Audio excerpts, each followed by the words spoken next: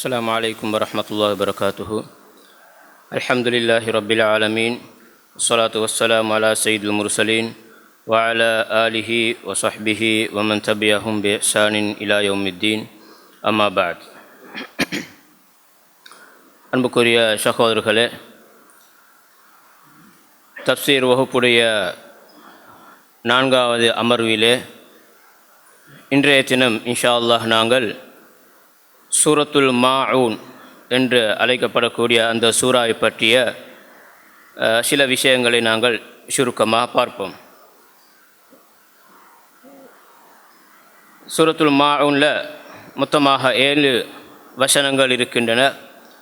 அரஐத்தல்லதி யுகதிபு பித்தீன் ஃபதாலிகல்லதி யதுல் யதீம் வலா யஹுல்லு அலா தஆமில் மிஸ்கீன் ஃபவைலுன் லில் முஸல்லீன் அல்லதீனஹும் அன் ஸலாத்திஹிம் சாஹூன் அல்லதீனஹும் யுராஊன வயம்னஊனல் மாஊன். இந்த 7 வசனங்களை கொண்ட சூறா தான் நாங்கள் இன்று பார்க்க இருக்கின்றோம். இந்த சூறாவுடைய அடிப்படை தகவல்களாக முதல்ல இந்த சூறாவுடைய பெயர்.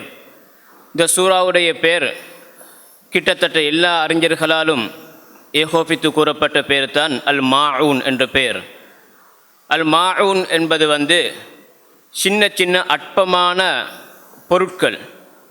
பொதுவாக எங்களுக்கு தெரியும், குர்ஆனில் இந்த சூறாக்களுக்கு பெயர் வைக்கக்கூடிய நேரத்தில் ஏதாவது ஒரு பின்னணி அடிப்படையை வச்சு அந்த குர்ஆனில் வரக்கூடிய சூறாக்களுக்கு பெயர்கள் வரும்.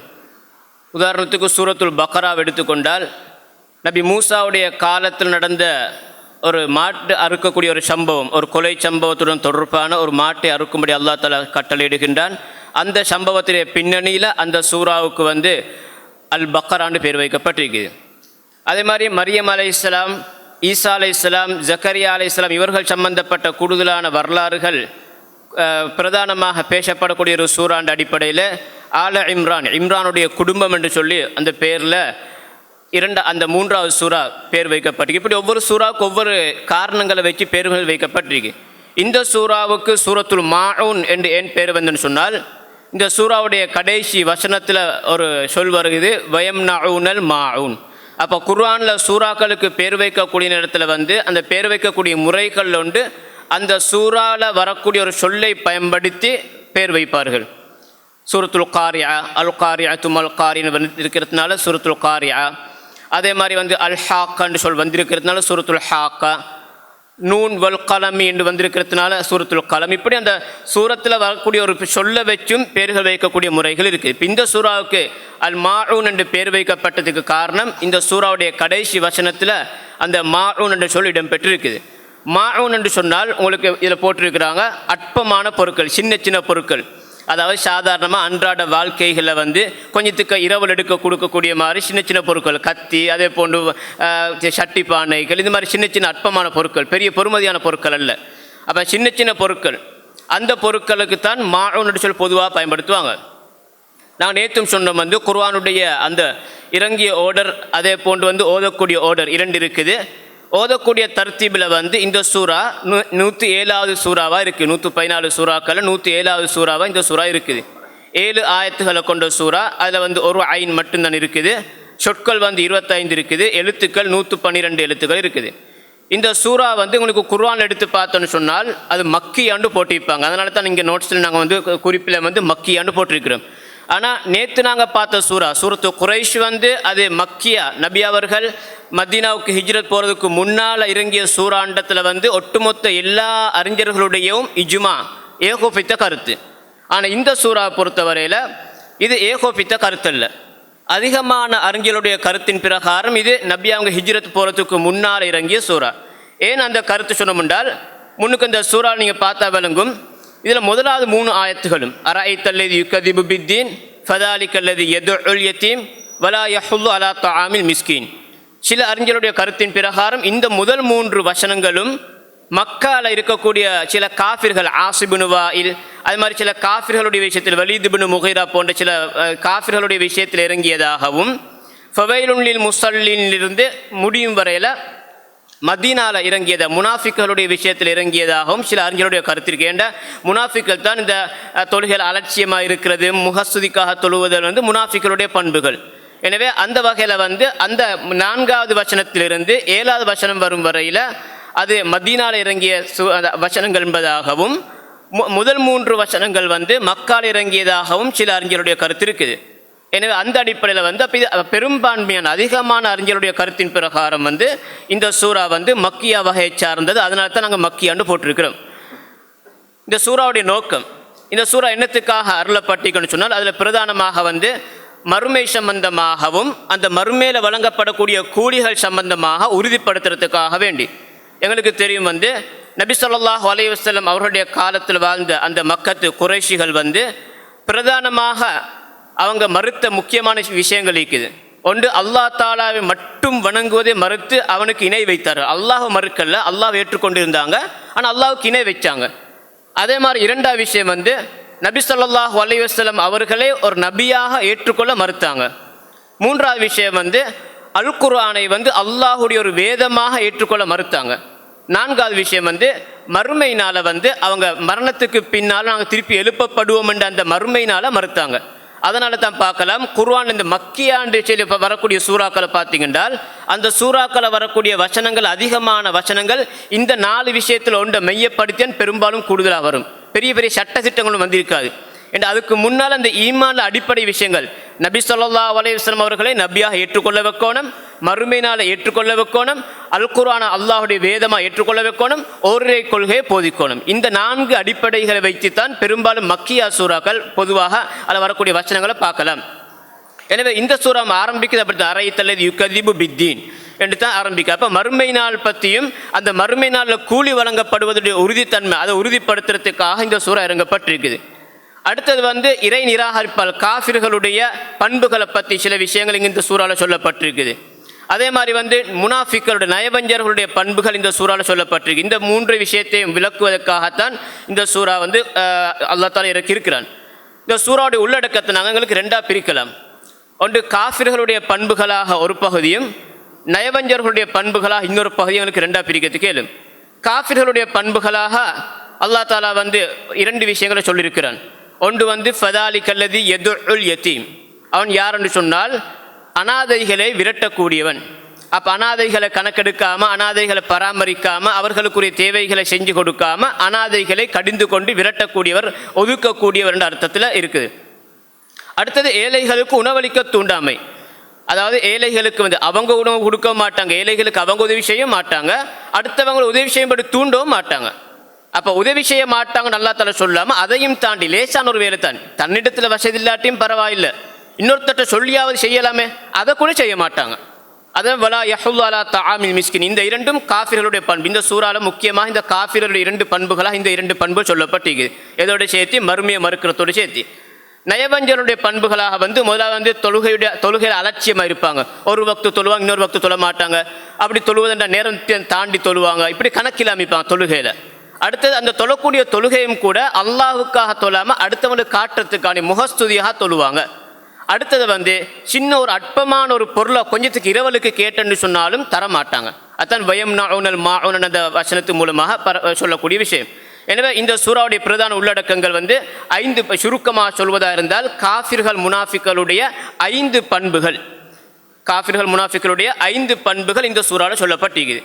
அவங்க வந்து அனாதைகளை விரட்டுவாங்க, ஏழைகளுக்கு உணவளிக்க தூண்ட மாட்டாங்க, தொழுகையில் அலட்சியமாக இருப்பாங்க, முகஸ்துதியோட தொழுவாங்க.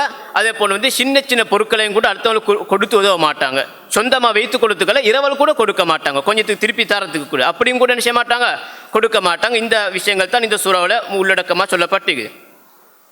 முதலாவது விஷயத்தில் அல்லாஹ் தஆலா சொல்கின்றான் அரஐத்தல்லதி யுகதிபு பித்தீன், அதாவது நபியே தீர்ப்பு நாளை பொய்யாக்குகின்றானே அவனை பார்த்தீரா. ஏற்கனவே நீங்கள் சூரத்துல் ஃபாத்திஹாவுடைய அந்த விளக்கத்தில் கூட நீங்கள் பார்த்திருப்பீங்க. மாலிக் யௌமித்தீன் என்ற அந்த வசனத்தில் வந்து அத்தீன் என்ற சொல் வந்து குர்ஆனில் 2 அர்த்தங்களும் பயன்படுத்தப்பட்டிருக்கு.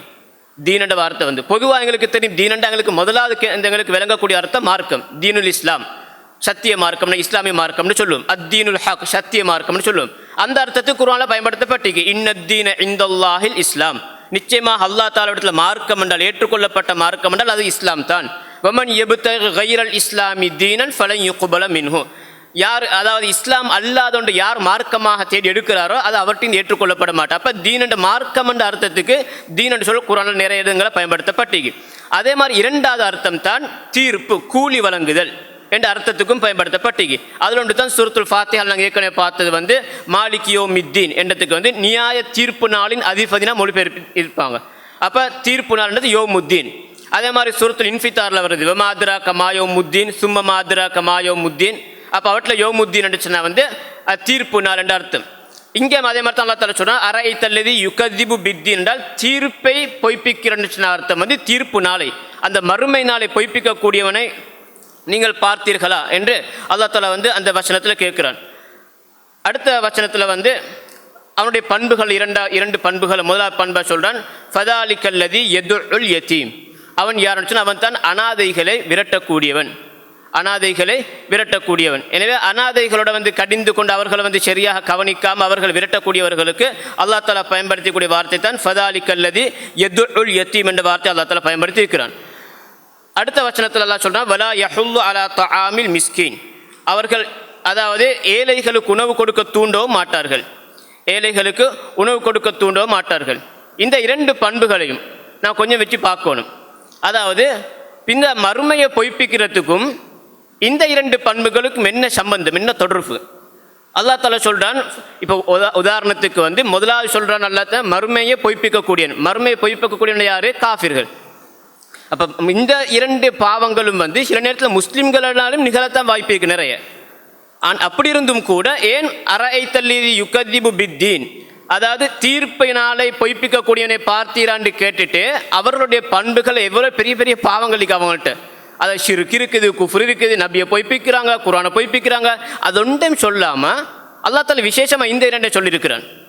என்றால் மறுமையினால் ஈமான் கொள்ளக்கூடியவங்கள்ட்ட பெரும்பாலும் இந்த பண்புகள் இருக்க மாட்டாது. மறுமையினால் ஈமான் கொள்ளக்கூடியவர்கள்ட்ட இந்த பண்புகள் பெரும்பாலும் இருக்க மாட்டாது. அவங்கள்ட்ட ஏன் காரணம்னு சொன்னால் சமூகத்தில் கொஞ்சம் அதாவது பலவீனமான இரண்டு சமூகம் தான். ஒன்று அனாதைகள், அடுத்த ஏழைகள். அதாவது மனிதனுடைய ஒரு இயல்பு இருக்குது என்னென்னு சொன்னால் ஏதாவது ஒருத்தருக்கு ஒரு உதவி செய்கிறேன்னு சொன்னால் என்ன சொல்ல ஒரு எதிர்பார்த்து தான் செய்வாங்க. அப்போ ஏதாவது ஒன்று எதிர்பார்த்து இந்த உலகத்தில் அதுக்குரிய பிரதிபலனை எதிர்பார்த்து தான் செய்வாங்க.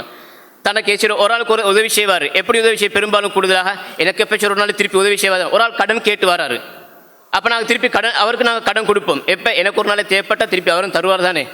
அது மாதிரி நாங்கள் அடுத்தவங்களுக்கு உதவி செய்யக்கூடியதில் பெரும்பாலும் இந்த பிரதிபலங்கள் எதிர்பார்த்து செய்யக்கூடிய முறைகள் தான் கூட. ஆனால் இந்த உலகத்தில் சமூகத்தில் அப்படி பிரதிபலனை எதிர்பார்க்க முடியாத ரெண்டு சாரார்கள் தான்.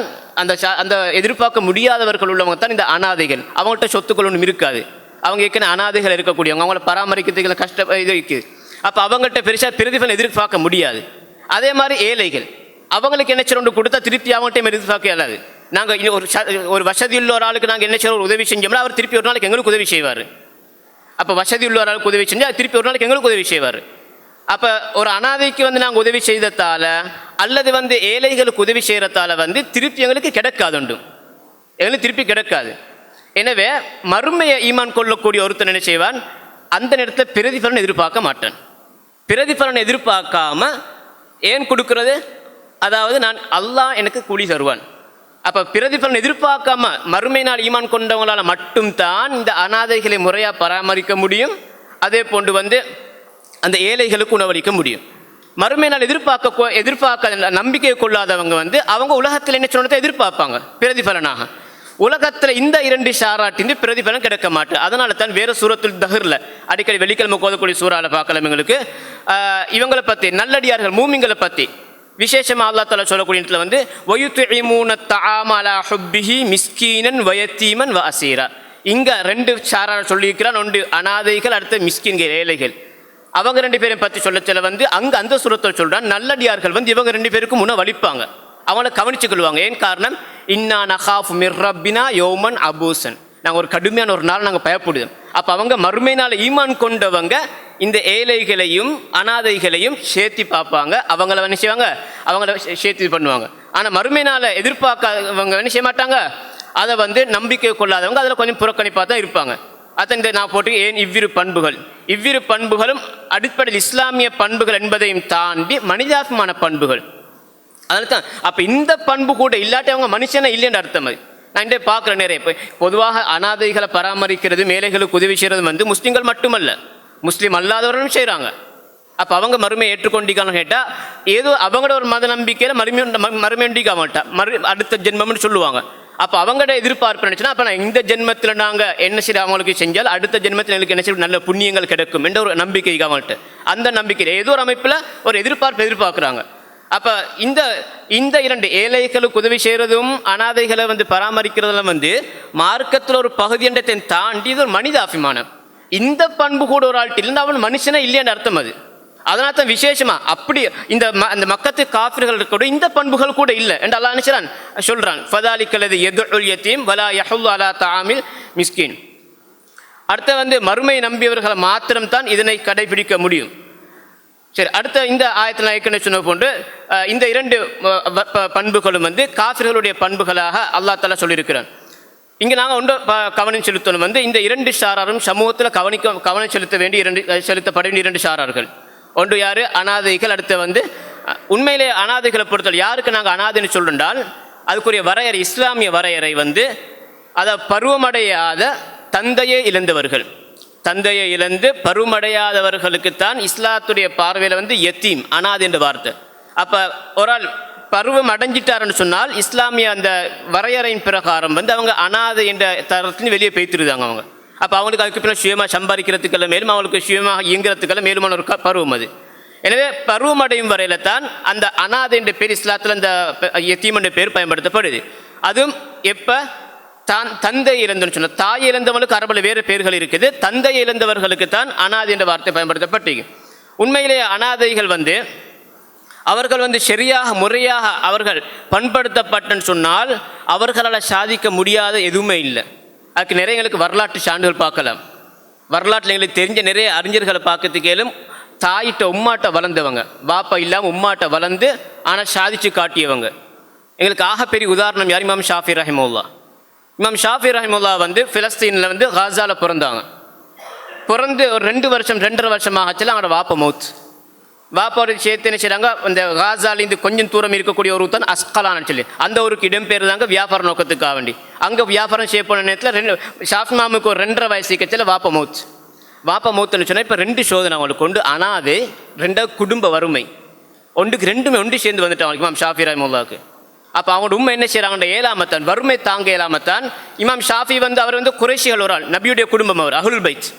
அப்போ அந்த இமாம் ஷாஃபியுடைய குடும்பத்தவர்கள் வந்து மக்கால் இருக்கிறாங்க, அவரோட பழைய அந்த மூதாதையர்கள் இருக்கிறாங்க, அவர் குடும்பத்தை சேர்ந்தவங்க இருக்கிறாங்க, பனுல் முத்தலிபு கோத்திரத்தவங்க. அப்போ இமாம் ஷாஃபியோட உண்மை என்ன செய்கிறாங்க என்றால் ஷாஃபி மாமா கூட்டிக்கு என்ன செய்கிறாங்க, மக்காவுக்கு போகிறாங்க. என்னத்துக்கு? அவரோட வாப்போட சொந்தக்காரர் இருக்கிறாங்க, அவங்கள்ட்ட பேசி ஒரு உதவிகள் எடுத்துக்கன்னு அப்படி அங்கே வர படிக்க வைப்போம்னு சொல்லி. அப்போ குடும்ப வறுமை ஆனால் அது 2ம் சேர்ந்து அவருக்கு ஒன்றும் சேர்ந்து வந்துட்டு இமாம் ஷாஃபி ரஹிமுல்லாவுக்கு.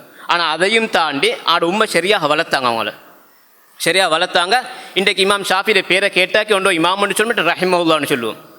அதாவது சில கலைகளுக்கு, இஸ்லாமிய கலைகள் சிலது இருக்குது, அந்த கலைகளை வந்து அவர் தான் ஸ்டார்ட் பண்ணி வச்சார் சமூகத்துக்கு தெளிவுபடுத்துறதுக்காக வேண்டி. நாசிக் மன்சூக்னு ஒரு கலை இருக்குது. அதே மாதிரி வந்து இஹ்திலாஃபுல் ஹதீஸ், முரண்பாடான ஹதீஸ்களை தீர்க்கக்கூடிய முறைகள் சம்மந்தமாக முதலாவது கிதாபலையும் அவர் தான்.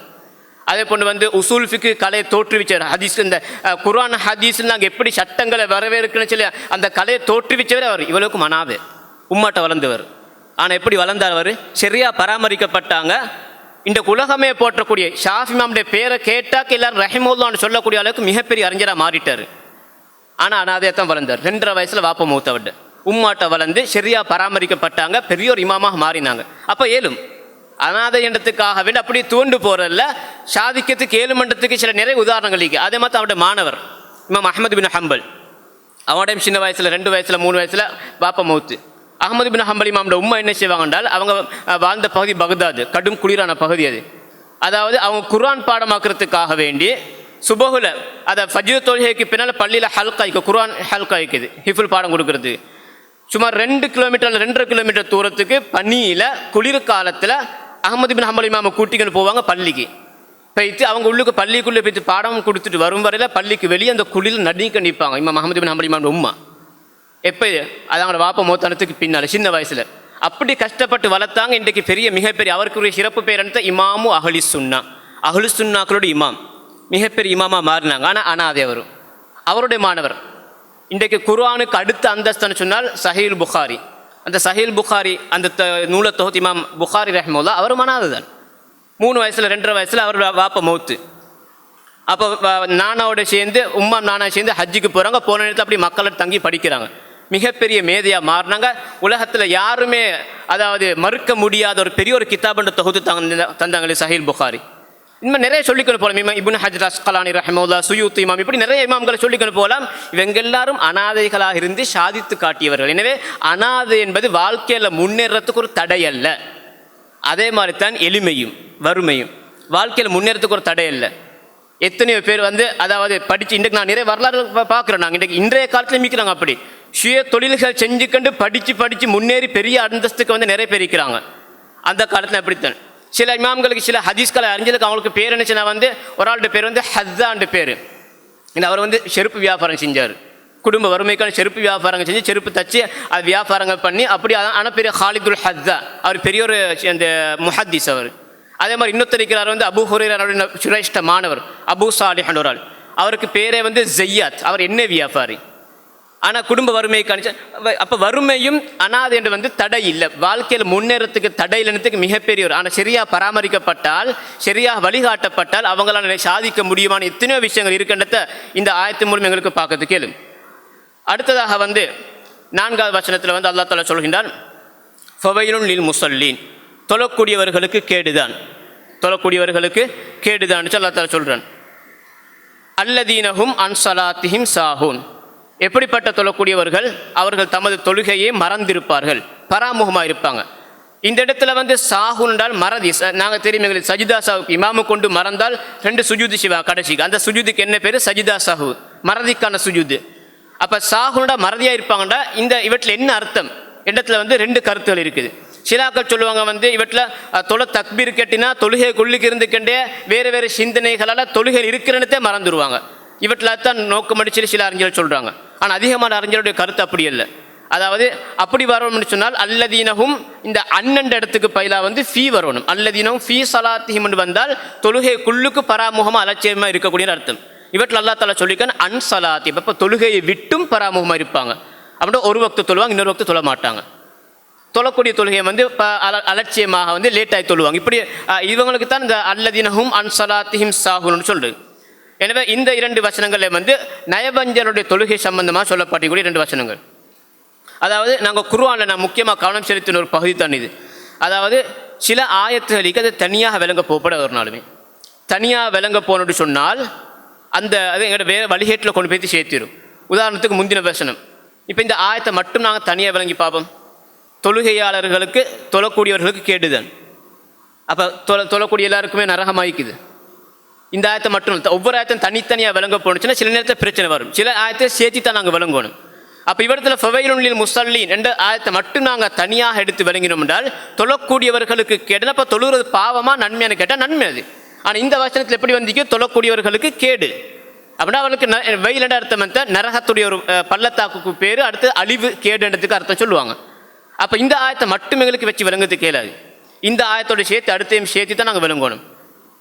எப்படி தொழக்கூடியவங்க அலட்சியமாக பராமுகமாக தொழக்கூடியவர்களுக்கு தான் கேடு, சும்மா தொழக்கூடியவர்களுக்கு அல்ல. எனவே அது கட்டாயமான அர்த்தம். வீட்டில் 4ஆம் வசனத்தில் தொழுகையாளிகளுக்கு கேடுதான் சொல்லிக்குது. 5ஆம் வசனத்தில் அதன் விளக்கம் கூறப்பட்டு. எனவே 4ஆம் வசனத்தை மாத்திரம் தனியாக விளங்க முடியாது. அது மட்டும் தனியாக ஒரு நாள் விளங்குறதுக்கு கேளாது. ஏன்னா இவ்வாறு குர்ஆன்ல நிறைய வசனங்கள் இருக்குது மாதிரி. அப்போ சேர்த்தி தான் நாங்கள் விளங்கணும். ஒரு இடத்துல ஒரு மாதிரி சொல்லிக்கும், இன்னொரு இடத்துல இன்னொரு மாதிரி சொல்லிக்கும். ரெண்டையும் நாங்கள் தனித்தனியாக பார்த்தா முரண்பாடு மாறிக்கும். ஆனால் ரெண்டையும் சேர்த்தி பார்த்தா எங்களுக்கு அந்த தெளிவு ஒன்று வரும் வீட்டில். அப்போ இது நான் முக்கியமாக இந்த மாதிரி சூறாக்கள் நாங்கள் கவனம் செலுத்த வேண்டிய பகுதியில் இதுவும் உண்டு.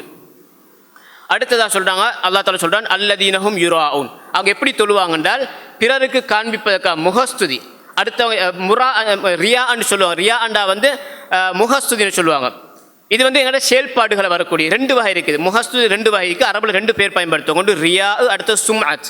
சும்அத்னு சொல்கிற அடுத்தவங்க கேட்கணுமென்றதுக்காண்டி ஓதுறது, அடுத்தவங்க கேட்கணுமென்றதுக்காண்டி பேசுறது, கேட்குறத முக்கியப்படுத்துவாங்க. அடுத்த நான் சிறந்த அவன் அடுத்த கேட்டு நிற்கணும் அப்படின்னு சொல்லி அது அல்லாஹ்க்காண்டி இஹ்லாஸ் ஆகல, அடுத்தவங்கள்ட்ட இந்த பாராட்டு புகழ் எதிர்பார்த்து இது பண்ணுறது. ரியா அனுச்சுன்னா அடுத்தவங்க பார்க்கறதுக்காக வேண்டி செய்கிறது, ருயத்திலிருந்து சொல்லுவாங்க.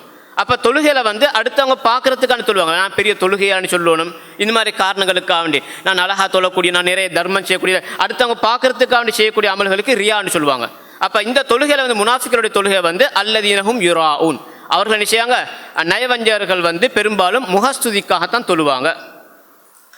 குர்ஆனில் வந்து பொதுவாக முனாஃபிக்களுடைய தொழுகை சம்பந்தமாக வந்திருக்கக்கூடிய சில விஷயங்கள், அதாவது ஒன்று தொழுகையில் முதலாவது வந்து முனாஃபிக்களுடைய தொழுகை நயவஞ்சருடைய தொழுகை எப்படி இருக்கும்னு சொன்னால், முதலாவது தொழுகையில் வந்து சோம்பேறிகளாக இருப்பாங்க. அல்லாஹ் தஆலா 2 இடங்களில் சொல்லுவாங்க. ஒன்று வமா மனஅஹும் அன் துக்பல மின்ஹும் நஃபகாத்துஹும் இல்லா அன்னஹும் கஃபரு பில்லாஹி வபிரசூலிஹி வலா யஅத்தூன ஸலாத்த இல்லா வஹும் குஸாலா. ஒரு இடத்துல வருது. இன்னொரு இடத்துல வருது வலா யஅத்தூன ஸலாத்த இல்லா வைதா காமு இல ஸலாத்தி காமு குஸாலா. அவங்க தொழுகைக்கு வந்தாங்கன்னு சொன்னால் சோம்பேறி. 2 இடத்துல அல்லாஹ் தஆலா சொல்றான் நயவஞ்சருடைய தொழுகை பற்றி. அவங்க தொழுகைக்கு வந்த வலா யஅத்தூன ஸலாத்த இல்லா வஹும் குஸாலா, அங்கே பள்ளிக்கு வருவாங்க தொழுகிறதுக்காக வேண்டி, ஆனால் சோம்பேறிகளாக தான் வருவாங்க. வரச்சல்லே ஒரு பெரிய ஒரு பொறுப்புன்னு சுமந்துக்கும் வர மாதிரி, அட நாங்கள் அல்லாவோட பேச போகிறோம், என்னோட படைச்ச ரப்போட பேச போகிறோம், என் தேவை அல்லாட்ட கேட்க போகிறேன்ற உணர்வே இல்லாமல், என்ற அவங்களோட நோக்கம் என்னது, அவங்க அடுத்தவங்களை காட்ட தொழுது. அவங்களோட அடிப்படையில் உள்ளத்தில் ஈமான் இல்லை, அவங்க வெளிப்படையில் முஸ்லீமாக நடிச்சு கொள்கிறாங்க. எனவே தான் அவங்களோட தொழுகைகளை பொறுத்தவரையில் வந்து அவங்க என்ன செய்வாங்கன்னு சொன்னால் வந்து முகஸ்துதிக்காண்டு வருவாங்க, சோம்பேறிகளாக தான் வருவாங்க. 2 இடத்துல அல்லாஹ் தான் சொல்கிறான். ஒரு இடத்துல சொல்கிறான் வைதா காமு இலசாத்தி காமு குசாலா யுராஊனன் நாஸ வலா யதுகுருனல்லாஹ் இல்லா கலீலா. அவங்க தொழுகைக்கு வந்து நின்றாங்கண்டா சோம்பேறிகளாக தான் நிற்பாங்க, மக்களுக்கு காண்பிக்கிறதுக்காக வேண்டி அல்லாஹ் தாலாவை கொஞ்சம் தான் வணங்குவாங்க, நினைவு கூறுவாங்க, திக்ர் செய்ய மாட்டாங்க மிச்சம் பெருசா தொழுகையில். அப்போ அந்த முதலாவது வந்து சோம்பேறிகளாக தொழுவாங்க, அடுத்து கொஞ்சம் தான் தொழுவாங்க, எல்லா வக்தும் தொழ மாட்டாங்க. அவங்க பகலில் வெளிச்ச டைம் இருக்கக்கூடிய தொழுகைக்கு மட்டும்தான் வருவாங்க. அவங்க பகலில் வெளிச்ச டைம் என்ன அவங்களோட நோக்கம் என்னது, தான் ஒரு முஸ்லீம் என்று சமூகத்துக்கு காட்டணும், தான் ஒரு முஸ்லீம் என்று. எனவே நபியுடைய காலத்தில் வந்து அதாவது விசேஷமாக இந்த இஷா தொழுகை ஃபஜ்ர் தொழுகை இந்த 2க்கும் முனாஃபிக்கள் வரமாட்டாங்க மலேசியில். ஏன்னா அது இந்த இருட்டில் யார் வார யார் போகணும்னு விளங்காது. வெளிச்சத்தில் வந்துச்சுன்னா காட்டிக்கொள்ள நான் இந்த பள்ளிக்கு வந்தீங்கன், நான் ஒரு முஸ்லீம்ன்ற காட்டிக்கொள்றதுக்காக வேண்டி பெரும்பாலும் லுஹராசர் மகரிபு தான் வருவாங்க முனாஃபிக்கள். இஷாவுக்கும் சுபக்கும் வரமாட்டாங்க. எனவே தொழக்கூடிய நேரத்தில் வந்து முகஸ்துதிக்காத்தான் தொழுவாங்க. ஃபஜ்ர் இஷா தொழுகைகள் அவர்களுக்கு கனமான. ரசூலுல்லாஹ் ஒரு ஹதீஸில் சொன்னாங்க அஸ்கலு ஸலாத்தி அலல் முஃமினீன ஸலாத்துல் இஷா வ ஸலாத்துல் ஃபஜ்ர். முனாஃபிக்கள் மிச்சம் பாரமான தொழுகை வந்து இஷாவும் ஃபஜ்ரும்னு சொல்லி. ஏன் அந்த 2 தொழுகை அவங்க விடுவாங்கண்டா அவங்க பெரும்பாலும் தொலை வரமாட்டாங்க. ஏன்னா அவங்களுக்கு தேவை வந்து மக்களுக்கு காண்பிக்கும் நான் ஒரு முஸ்லீம்னு சொல்லி. எப்போ காண்பிக்கிறதுக்கு ஏழும் வெளிச்சத்தெலாம் பார்க்கறதுக்கு ஏழும். அப்போ அந்த காலத்தில் இந்த மாதிரி ரோட் லைட்டுகள் பள்ளிகளை பெரிய பெரிய லைட்டுகள் ஒன்றும் இல்லை, அப்போ இருட்டு தான் கூடுதலாக இருக்கும். அப்போ அந்த இருட்டில் வந்து யார் வாரா யார் போகிறோன்னு விளங்காது. எனவே முனாஃபிக்கள் பேசாமல் வீட்டிலேருந்து கொள்வாங்க, ஃபஜ்ருக்கும் இஷாவுக்கும் வர மாட்டாங்க. எனவே அந்த இப்போ நல்லா இப்போ இதில் நாங்கள் இன்னொரு பாடம் படிக்கணும். யாருக்கெல்லாம் ஃபஜ்ர் தொழுகைக்கு வாரது கொஞ்சம் பாரமாக இருக்குதோ அவன் கொஞ்சம் அவங்களோட ஈமான பரிசோதித்து மிச்சம் அதுக்கு அல்லாஹ்ட்ட நிறைய துவா கேட்கணும். ஃபஜ்ர் தொழுகைக்கு ஒரு உற்சாகத்தை தரச்சரி எங்களுக்கு. ஏன்னா பாரம் மாறியது. யாருக்கு பாரம்? முனாஃபிக்களுக்கு பாரம். இஷா தொழுகையும் ஃபஜ்ர் தொழுகையும். அதனால தான் ரசூலுல்லாஹ் இன்னொரு ஹதீஸில் விசேஷமான சிறப்பு வச்சிருக்கிறாங்க. இந்த 2 தொழுகைகளையும் யார் ஜமாத்தாக தொழுதாங்களோ அவனுக்கு அந்த இரவு முழுக்க நின்று வணங்கிய நன்மை அவளுக்கு இருக்குது. 2 ஜமாத்தா தொழக்கூடியவன். ஏன்னா 2 முனாஃபிக்களை பொறுத்து அது 2 ஒரு முஃமினுக்குரிய அடையாளம். அது முனாஃபிக்கள் வந்து பாரமாக பார்த்த தொழுகை இவனுக்கு லேசாக இருக்குன்னா அப்போ இவனுக்கு ஈமானிக்குன்னு அர்த்தம். அது சரி. அடுத்ததாக வந்து வயம்னஉனல் மாஊன், அற்பமான சின்ன சின்ன பொருட்களை கூட தடுக்கின்றார்கள் சொன்னால், அதாவது இந்த தஃப்சீர் விளக்கங்கள் எப்படி வர சொன்னால் வந்து சும்மா அதாவது சதக்கா தர்மமாக கொடுக்கறதில்ல, கொஞ்சத்துக்கு இரவலாக ஒரு ஆள்கிட்ட ஒரு சட்டி ஒன்று இருக்குது, இவர் வீட்டில் ஒரு விருந்தோ இது ஒன்று தேவைப்படுது, சமைக்கிறது தேவைப்படுது, கொஞ்சம் அடுத்த வீட்டில் பேசி கேட்குற கொஞ்சம் ஒரு சட்டியை கொஞ்சம் தாங்கன்னு சொன்னால் பொதுவாக எங்களோட வளமை இருக்கக்கூடிய தான் அப்போ அவங்க கொஞ்சம் கொடுப்பாங்க. ஆனால் முனாஃபிக்களை பொறுத்து அப்படியும் கொடுக்க மாட்டாங்க, இரவலாகவும் கொஞ்சத்துக்கும் பாவிக்கத்துக்கு கொடுக்க மாட்டாங்க. இந்த மாஊன் என்ற சொல்லுக்கு வந்து அற்பமான பொருட்கள் தான் வந்திருக்கு. அதுக்கு நிறைய தஃப்சீர்களை வந்து இந்த பின்காலுக்கு இந்த ஃபோட்டோவில் இருக்கக்கூடிய இந்த சில இதில் தான் மாஊனுக்கு வந்து உதாரணங்களை சொல்லிக்கிறாங்க. சின்ன ஊசிகள், கத்திகள், அது மாதிரி சட்டி, மண்வெட்டி, இந்த வாளிகள், இதில் வந்து அற்பமாக அதாவது பெருசாக இதை நான் பெரும்பாலும் எடுக்கிறேன்னு பயன்படுத்த கொஞ்சம் கேட்டால் கொடுத்துட்டு அவங்க திருப்பி தருவாங்க. அப்போ முனாஃபிக்களுடைய பண்பு வந்து கொஞ்சத்துக்கு இப்போ இந்த ஊரில் நிறைய கொஞ்சத்துக்கு மண்வெட்டி கேட்டு வருவாங்க, அளவாங்க கேட்டு வருவாங்க, அது மிட்டி கேட்டு வருவாங்க, இப்படி சில சில விஷயங்கள் பொருட்கள் சின்ன அற்பமான சின்ன பொருட்கள் இதில் கேட்டு வருவாங்க. அப்போ தான் அவங்க கொடுக்காமின்னு சொன்னால் அல்லாஹ் பாதுகாக்கணும். அது வந்து முனாஃபிக்களுடைய பண்பு. வயம்னஉனல் மாஊன், அற்பமான சின்ன சின்ன பொருட்களையும் என்ன செய்ய மாட்டாங்க, அவங்க வந்து கொடுக்க மாட்டாங்க, தடுத்து கொள்வாங்க. ஏன்னா அவங்களுக்கு பயம். விசேஷமாக பெரும்பாலும் யார் கேட்டு போகிற முஸ்லீம்கள் கேட்டு போவாங்க. அவங்க முஸ்லீம்களோட இருக்கக்கூடிய கோபத்துக்காக வேண்டி கொடுக்க மாட்டாங்க. ஆனால் இதன் மூலமாக கிடைக்கக்கூடிய நன்மையை பற்றி தெரிஞ்சிருந்தாங்கன்றால் என்ன செய்வாங்கன்னா தாராளமாக வாரி கொடுப்பாங்க. முஸ்லீம்களாக எங்களுக்கு மத்தியில் நாங்கள் அந்த எங்கள்கிட்ட அந்த பண்பு இருக்கணும் கட்டாயமாக. யாராவது ஏதோ உதவிக்கு அந்த இரவலாக சின்ன சின்ன பொருட்களை அந்த நேரத்தில் எங்களுக்கு தேவை இல்லாட்டி கொடுக்கணும். எங்களுக்கும் தேவை இருக்கச்சில கொடுக்கணும்னு கட்டாயம் இல்லை. எங்களுக்கு அந்த விஷயத்தை சொல்லி அனுப்பணும். எங்களுக்கு அந்த நேரத்தில் தேவை இல்லை, நாங்கள் பாதுகாப்பாக வீட்டில் பத்திரப்படுத்தி வச்சிருக்கிறோம், அப்படி கொடுத்தா அவங்க திருப்பி அப்படி எடுக்கக்கூடியவங்களும் மறுபக்கத்தில் அவங்களும் முறையாக கொண்டு வந்து கொடுக்கணும். எடுத்துகிட்டு அப்படி நாள் கணக்கில் வேலை முடிஞ்சால் கொண்டு வந்து கொடுத்துடணும். அப்போ தான் இன்னொரு முறை கேட்டால் தருவாங்க. அது நல்ல பண்பது. எடுத்துகிட்டு அப்படி நாங்கள் வச்சு நிற்கிறதும் நல்ல பண்பல்ல, அதுக்கான நாங்கள் கொடுக்காமிக்கிறதும் நல்ல பண்பல்ல. சுருக்கமாகத்தான் இன்றைய சூரத்துடைய அந்த சுருக்கமான விளக்கங்கள். எனவே இது போன்ற சூறாக்களை விளங்கி அதன்படி செயல்படுவதற்கு வல்ல ரஹ்மான் அனைவருக்கும் துணை புரிவானாக. வாஹிரு தஅவானா அல்ஹம்துலில்லாஹி ரப்பில் ஆலமீன். சுப்ஹானக்கல்லாஹும்ம பிஹம்திக அஷ்ஹது அல்லா இலாஹா இல்லா அன்த அஸ்தக்ஃபிருக வ அத்தூபு இலைக்.